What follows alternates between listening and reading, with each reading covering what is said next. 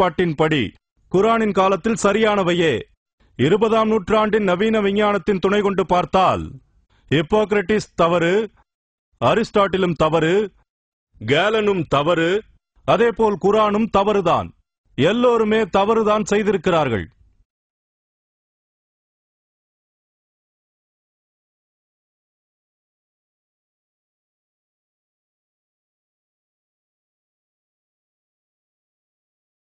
இனி நாம் சந்திர வெளிச்சத்தை பற்றி பார்ப்போம். சூரியனின் ஒளியைத்தான் சந்திரன் பிரதிபலிப்பதாக குர்ஆன் எங்கே சொல்லி இருக்கிறது? 71ஆம் அத்தியாயமாகிய சூரா நூஹ் ஒளி என்ற அத்தியாயத்தில் 15 to 16 வசனங்களில் 7 வானங்களையும் ஒன்றின் மேல் ஒன்றாக படைத்து அவற்றில் சந்திரனை ஒளியாகவும் சூரியனை விளக்காகவும் எவ்வாறு அமைத்துள்ளான் என்பதை பார்க்கவில்லையா? சந்திரனை அரபியில் நூர் என்றும் சூரியனை விளக்கு அரபியில் சிராஜ் என்றும் சொல்லப்படுகிறது. முஸ்லிம்களில் சிலர் சூரிய சந்திர வெளிச்சங்களை குறிப்பிட வெவ்வேறு வார்த்தைகளை குர்ஆன் பயன்படுத்துவதால் சூரிய வெளிச்சம் அசல் என்றும் சந்திர வெளிச்சம் அதன் பிரதிபலிப்பு என்றும் தெரிய வருகிறது என்று கூறுகிறார்கள். இந்த விவாதத்தை ஷபீர் அலி அவருடைய குர்ஆனில் விஞ்ஞானம் என்ற நூலில் உறுதியாக வாதாடுகிறார். இதையே டாக்டர் ஜாகிர் நாயக்கும் அவருடைய ஒளிநாடா பேச்சில் குறிப்பிடுகிறார். குர்ஆன் கடவுளுடைய வார்த்தையா?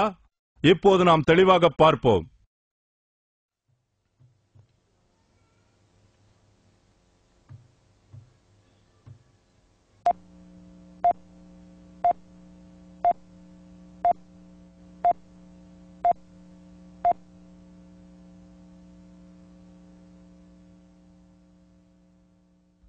நம்மிடம் இருக்கும் வெளிச்சம், சந்திரனிடமிருந்து நாம் பெறும் வெளிச்சம் எங்கிருந்து வருகிறது? அவர் சொல்வார், சந்திர வெளிச்சம் அதனுடைய சொந்த வெளிச்சம் என்று முற்காலத்தில் நாம் நினைத்தோம். ஆனால் இன்று விஞ்ஞானம் வளர்ந்த பிறகு நமக்கு தெரிய வந்தது, சந்திரனின் வெளிச்சம் அதன் சொந்த வெளிச்சம் அல்ல, சூரிய வெளிச்சத்தின் பிரதிபலிப்பு என்று தெரிய வந்துள்ளது. அவரிடத்தில் ஒரு கேள்வி கேட்கிறேன்.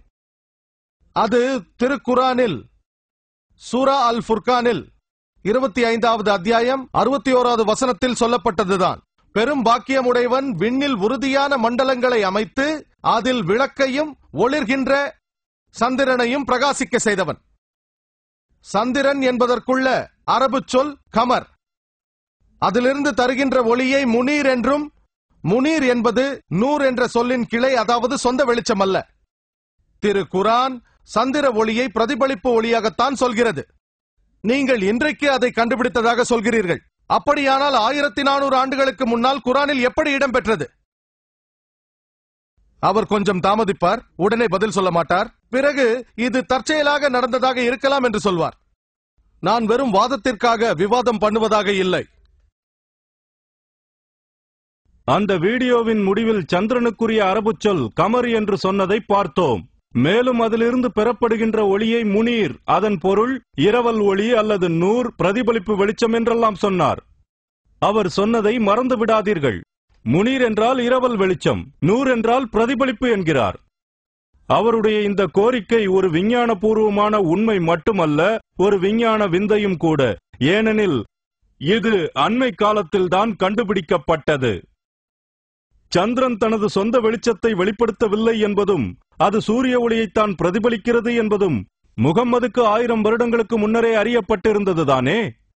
அரிஸ்டாட்டில் கிறிஸ்துவுக்கு 360 ஆண்டுகளுக்கு முன்னாலேயே சந்திரன் மீது விழும் நிழலின் வாயிலாக உலகம் உருண்டை வடிவமானது என்பதை தெரிந்துதான் வைத்திருந்தார். அதை அறிந்ததால் தான் பூமியின் நிழல் சந்திரனை கடப்பது பற்றியெல்லாம் பேசியிருக்கிறார்.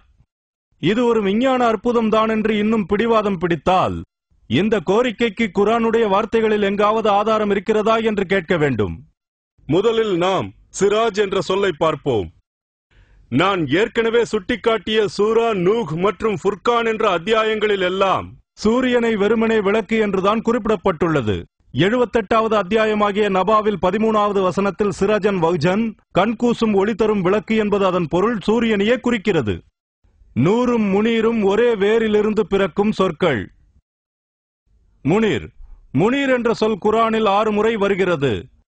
4 முறை இம்ரானிலேயே 3:184, அல்ஹஜ் 22:8, லுக்மான் 31:20, ஃபாத்திர் 35:25 ஆகிய வசனங்களிலும் கிதாபுல் முனீர், தெளிவான வேதம் என்று யூசப் அலி மொழிபெயர்த்திருக்கிறார்.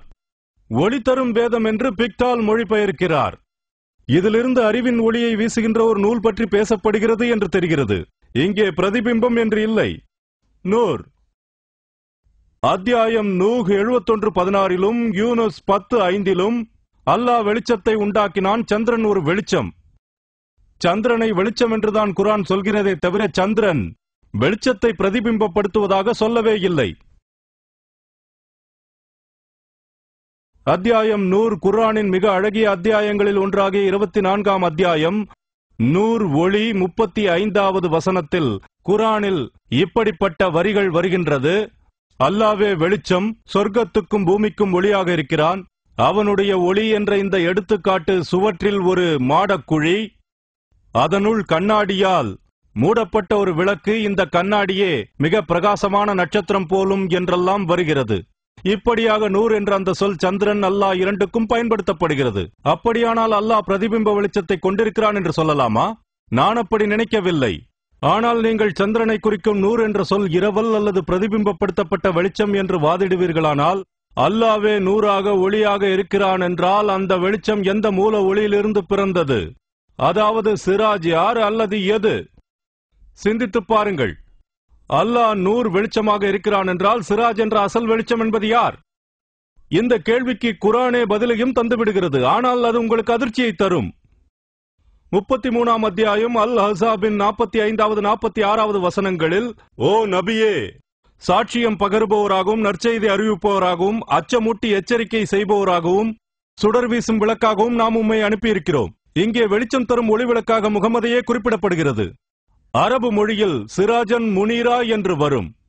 மொழியியல் ரீதியாக சிராஜ் என்ற சொல்லும் முனீர் என்ற வர்ணனை சொல்லும் இங்கே சேர்ந்து ஒரு வெளிச்சம் தரும் பொருளை சுட்டிக்காட்டுவதற்காக பயன்படுத்தப்பட்டுள்ளது. அது முகம்மது என்ற மனிதரே. முனீர் என்பது பிரதிபிம்பப்படுத்தப்பட்ட வெளிச்சம் அல்ல. வேறு எந்த வசனத்திலும் அப்படியல்ல. பிரகாசிப்பது என்பது அதனுடைய அர்த்தம். முகமதின் காலத்திய மக்கள் சந்திரனை பிரகாசிக்கும் ஒரு பொருள் என்று விளங்கி வைத்திருந்தார்கள். மோசேயின் காலத்திய மக்கள் சூரியனை பெரிய வெளிச்சமாகவும் சந்திரனை குறைந்த வெளிச்சமாகவும் சரியாகவே விளங்கி வைத்திருந்தனர். ஆனால் நூர், சந்திரன் என்ற அரபு சொற்கள் பிரதிபிம்பப்படுத்தப்பட்டதையே குறிக்கும் என்றால், குர்ஆன் இந்த சொற்களை பயன்படுத்தியிருக்கின்ற விதத்தின் அடிப்படையில் முகமது சூரியனாகவும் அல்லாஹ் சந்திரனாகவும் ஆகிவிடுகின்றார். டாக்டர் ஜாகிர் உண்மையிலேயே முகம்மது தான் அசல் வெளிச்சம், அல்லாஹ் அவருடைய பிரதிபிம்பமே என்று சொல்ல வருகிறாரா? இம்மாதிரி விஞ்ஞான பூர்வமான கோரிக்கைகள் தன்னுடைய சொந்த வேதமாகிய குர்ஆனை ஆழ்ந்து படித்திருக்கின்ற எந்த முஸ்லிம் தான் இதனை ஏற்றுக்கொள்வான்? இன்று இரவு இந்த மாதிரி உரையாடலில் உண்மை பேசுவது மிகவும் சிரமமானது, முடியாததாக கூட ஆகிவிடுகிறது. நீர் சுழற்சியை பற்றி பார்ப்போம். சில முஸ்லிம் எழுத்தாளர்கள் இந்த விஞ்ஞான யுகத்தை நாம் அடைவதற்கு முன்பாகவே நீர் சுழற்சி பற்றி குர்ஆன் முன்னறிவிப்பு செய்துவிட்டதாக சொல்கிறார்கள். நீர் சுழற்சி என்றால் என்ன? இதோ 4 கட்டங்களாக அது இருப்பதை நாம் பார்க்கலாம்.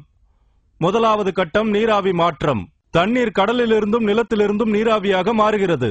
இரண்டாவது கட்டம் அது மேகங்களாகிறது. மூன்றாவது கட்டம் அது மழையாகிறது. நான்காவது கட்டம் இந்த மழை செடி கொடி பயிர்களை வளரச் செய்கிறது. எல்லாமே நேரடியாக தெரிவது மாதிரி தோன்றும். 2ஆம் 3ஆம் கட்டங்கள் தெரிந்ததே. நகரங்களில் வசிப்பவர்களும் கூட பார்க்க முடியும். மேகம் வந்தால் மழை வரும், பயிர் வளரும் என்பதெல்லாம் தெரிந்ததே. ஆனால் முதலாவது கட்டமாகிய நீராவி மாற்றம் என்றால் என்ன? அதை நாம் பார்க்க முடிவதில்லையே. அது கஷ்டம். முதலாவது கட்டத்தை பற்றி குர்ஆனில் சொல்லப்படவில்லை. இப்போது நாம் பைபிள் குறிப்பிடும் கிறிஸ்துவுக்கு 700 ஆண்டுகளுக்கு முன்னரே தீர்க்கதரிசியான ஆமோஸ் சொல்வதை பார்ப்போம்.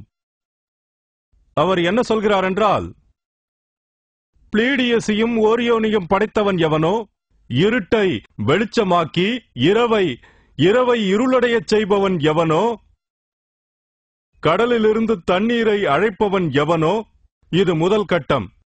அதை நிலத்தின் மீது ஊற்றுபவன், இது 3ஆம் கட்டம். கடவுள், அது அவனுடைய பெயர்.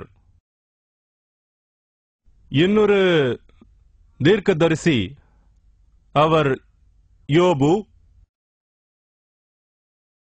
அதிகாரம் 36 வசனம் 26 28 வரை, குறைந்தது ஹிஜ்ராவுக்கு 1000 வருஷத்திற்கு முந்தையது. அவர் சொல்கிறார், இதோ தேவன் மகத்துவம் உள்ளவர், நாம் அவரை அறிய முடியாது, அவருடைய வருஷங்களின் இலக்கம் ஆராய்ந்து முடியாது.